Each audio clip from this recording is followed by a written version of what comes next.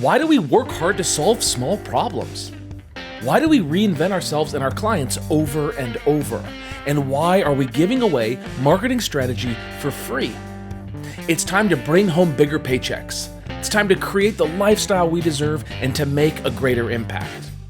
This is the Fractional CMO Show, and I'm Casey Stanton.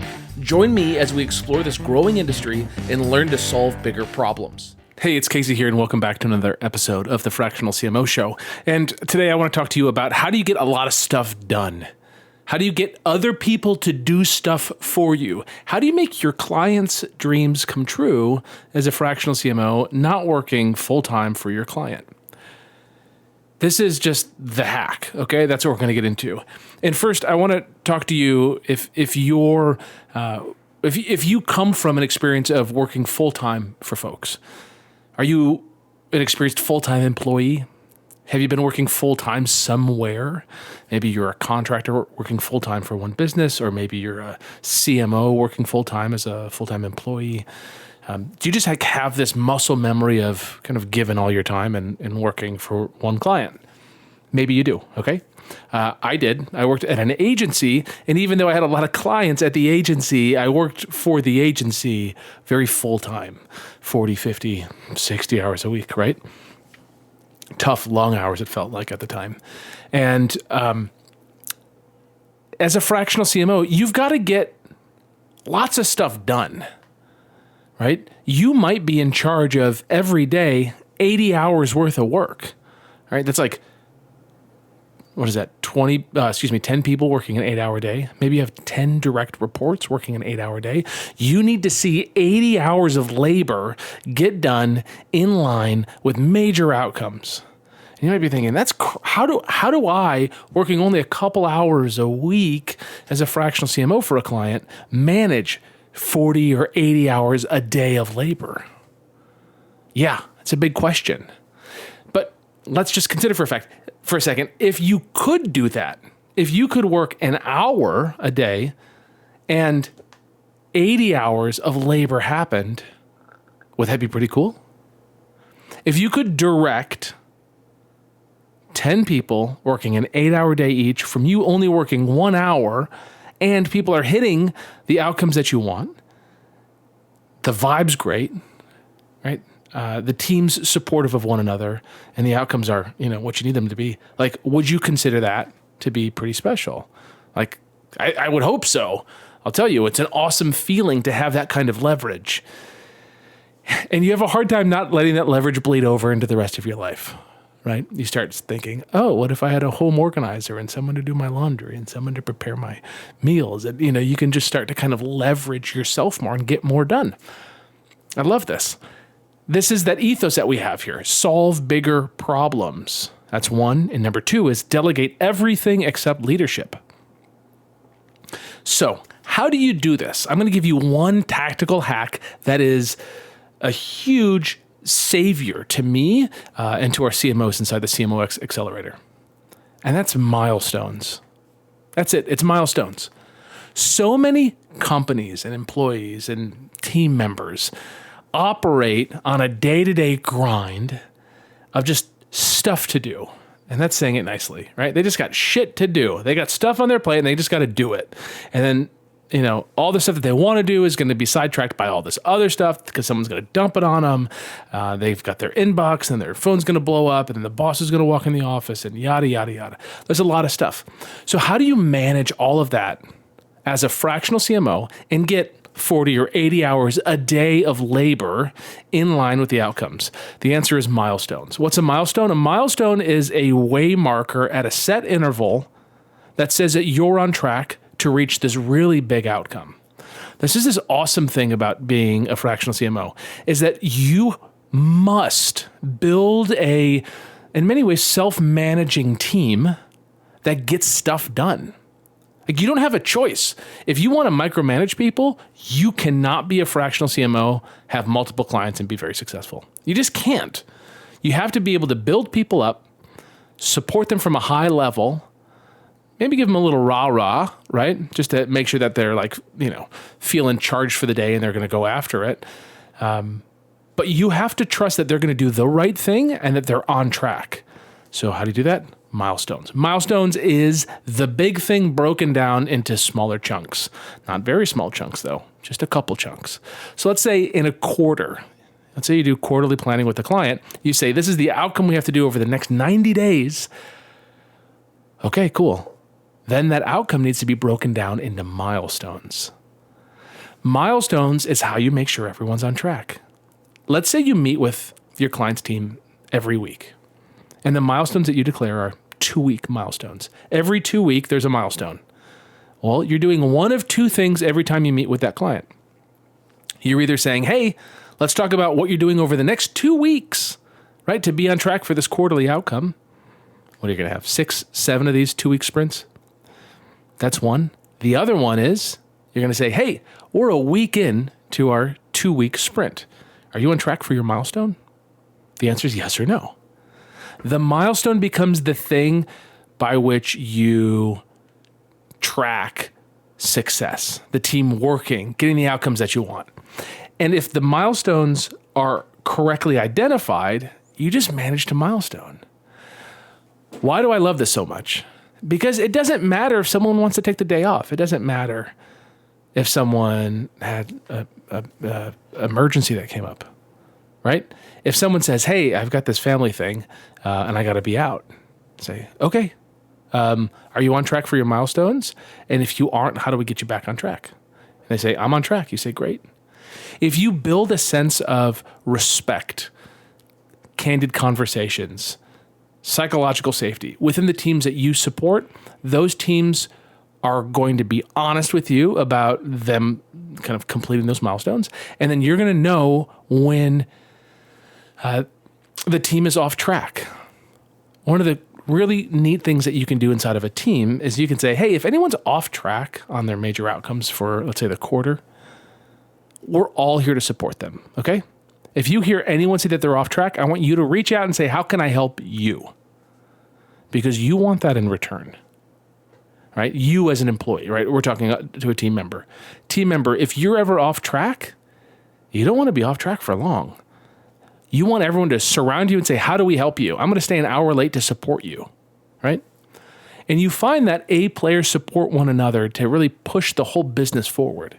You also may find that someone starts weeding themselves out because they're always behind or they're misleading. They say that everything's on track until the last week of the quarter, let's say, then they don't deliver. And you said, but you were on track for 12 of the 13 weeks. What happened? And come to find out, they just didn't really even know what they were doing and they saved it all for the end. And those people, it's really helpful when they do that because it helps you make a firing decision pretty quickly, right? So if you exist in a space of trust and respect and psychological safety, you'll hear me say this, psychological safety. That's like people will fail. That's normal. They'll do something. And what's important is that they learn from that failure. They learn from the misstep. They learn from, they learn what happens when they did that thing the wrong way and why they have to change it. And like you provide that safety that says like, hey, like that sucked. That cost the business money. Not great. And like, you're not fired, right? I just paid a lot of money for you to learn a very important lesson. So let's just make sure you don't have to learn that lesson again.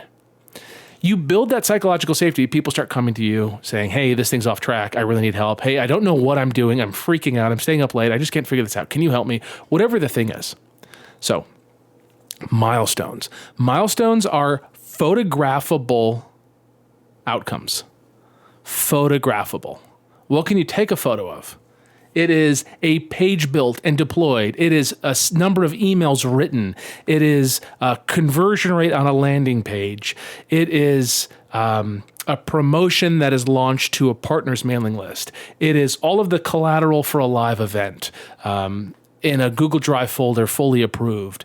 It is print materials printed and stacked and in someone's office. It's a certain number of envelopes addressed with direct mail pieces in there, stamped and in the mailbox. Like clear photographable moments, not feelings, moments that you can take a photograph of and say, this was complete. So take whatever the outcome is and break it down into chunks. So let's just say it's for a live event. I worked with a company as their fractional CMO, and we did a big live event. Man, there's a lot of moving pieces. Let's talk about them.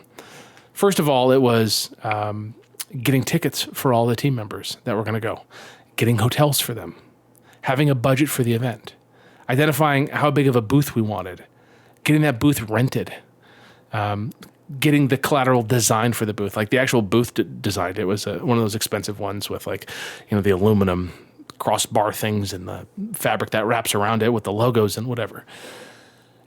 So we had to get that mocked up. We had to get price quotes for it. We had to get timelines for it, right? All of these different things. It is not acceptable for me to say, hey, success here is us having us going to this event and having 5 of our people there and us having a booth.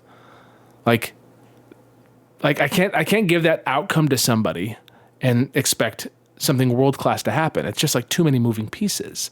People need help thinking through these milestones along the way.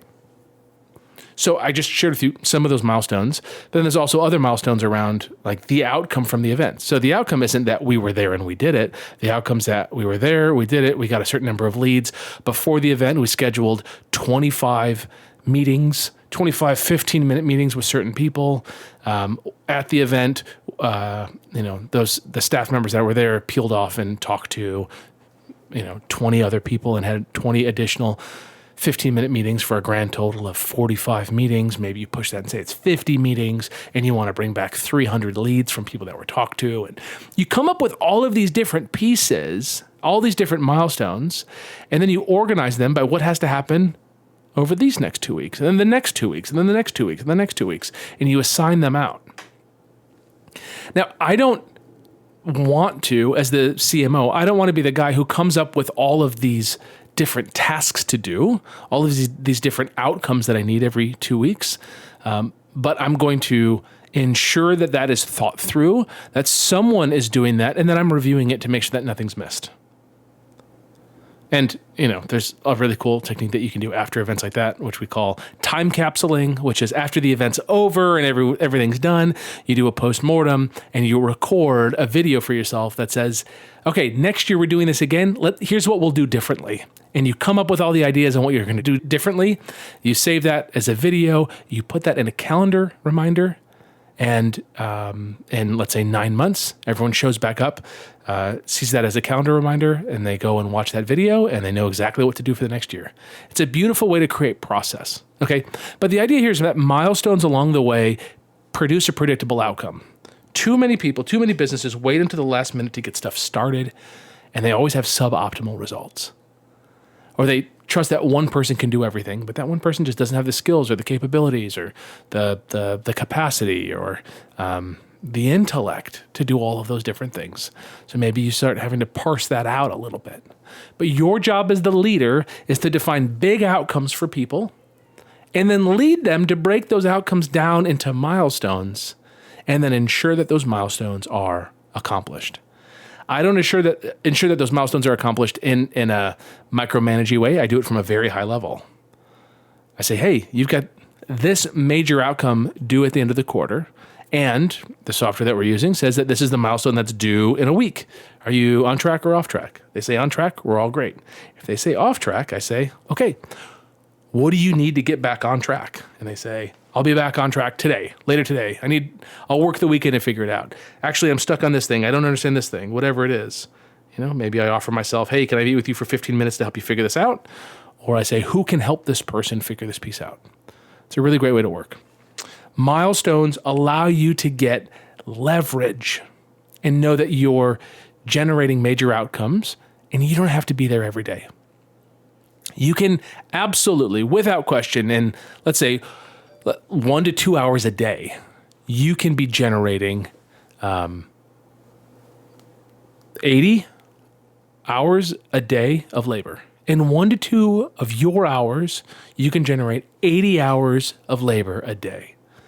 It's amazing what you can do as a fractional CMO if you're positioned well for leverage. So you do that with one client. You turn around and do that with another client. Before you know it, you're leading over 100 hours of output every single day in line with your vision for your client. People are doing what you ask, and they're thinking for themselves, and they're coming to you with problems. This is the vision of the fractional CMO. I heard recently someone say that fractional CMOs are CMOs that can't do the full-time CMO thing. And I think it's so silly, right? I think so many full-time CMOs are just very inefficient. This way of building a team forces efficiency. Like you just can't work more than a couple hours a day for the client because you've got other clients to work on and you're committed to a major outcome. So you have to be, relatively unavailable. And that means that you have to trust the team to get stuff done. And the byproduct of that is a team that works better as a team. They're not a bunch of solo single Pringles working all alone in silos.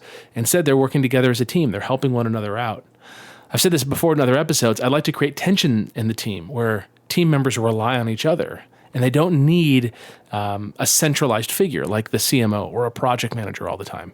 They can work together to make things happen. And that's what you want. You want to be able to create this environment, this ecosystem, this dynamic where people are working together to get outcomes completed.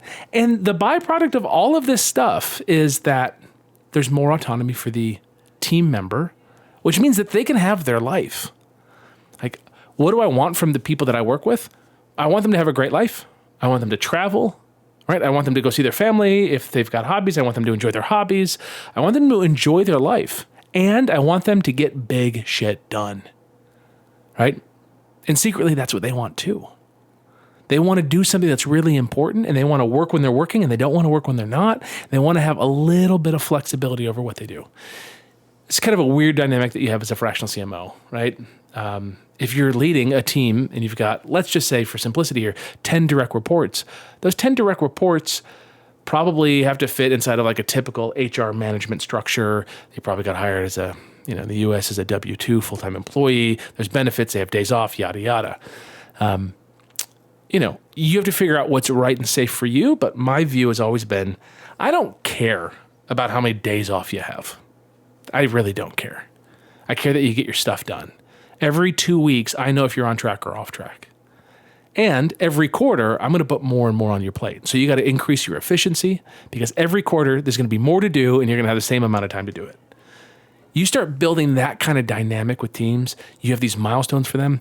You're building this, I think in many ways, an anti-fragile team. When bad stuff happens, they get stronger, right? When a campaign doesn't work out well, boom, the team is stronger. They're more resilient. They understand it more. You've got people that are raising their hands saying, I see something wrong and these are my ideas to fix it. And then you as the CMO says, awesome, I agree. Or awesome, great idea. This is why I don't think it's going to work. You want to fight me on it? Like, let's have a little battle on it. Out of respect, but like, come at me, tell me why you think I'm wrong. I'm going to share why I don't agree with you and we'll figure out what's best for the company. Right? I love that opportunity to create that tension. So milestones gives the team member more autonomy and allows them to solve bigger problems, which means you can work less and get more leverage from your labor. It's just a beautiful cycle. I hope you see that. If you want to do that, if you want to attract, convert, and serve clients that pay you well as a fractional CMO, that's what we do here at the CMOx Accelerator. So come have a call with my team.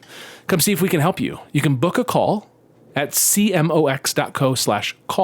That's it, cmox.co/call, and see if we can help you. We're going to ask you a couple questions. You can ask us a couple questions. If it all sounds good, we'll tell you more about what we're up to and how we help you and how we help you build your own prospecting engine so that you can win clients on your own, how you can sell them confidently. So if you're awkward at sales, you can, kind of fix that problem once and for all. And then finally, how do you serve clients in a way that gives you freedom and flexibility? Like, one of the things that I will want you to do if you join is I'm going to make you take vacation. It's a big belief I have. Work fills the time allotted. Take a great vacation. Take time off. You can do these things as a fractional CMO. If you want the freedom and you want the high income, right? You want to build a $500,000 a year fractional CMO practice. It is so possible. Even in today's climate, companies are absolutely hiring and growing, right? Not all of them. Some companies aren't, some niches aren't, but certainly lots of them are. And if you're willing to do what it takes to get in with those companies, prospect, and have conversations with them, then you can build a successful fractional CMO practice. I'd love to help you. Book a call, cmox.co/call. And hopefully I'll see you in a call soon. Take care. Thank you for joining us for today's show. For more information and episodes, visit our site at fractionalcmoshow.com. Go ahead and punch that like and subscribe button on your favorite podcast app.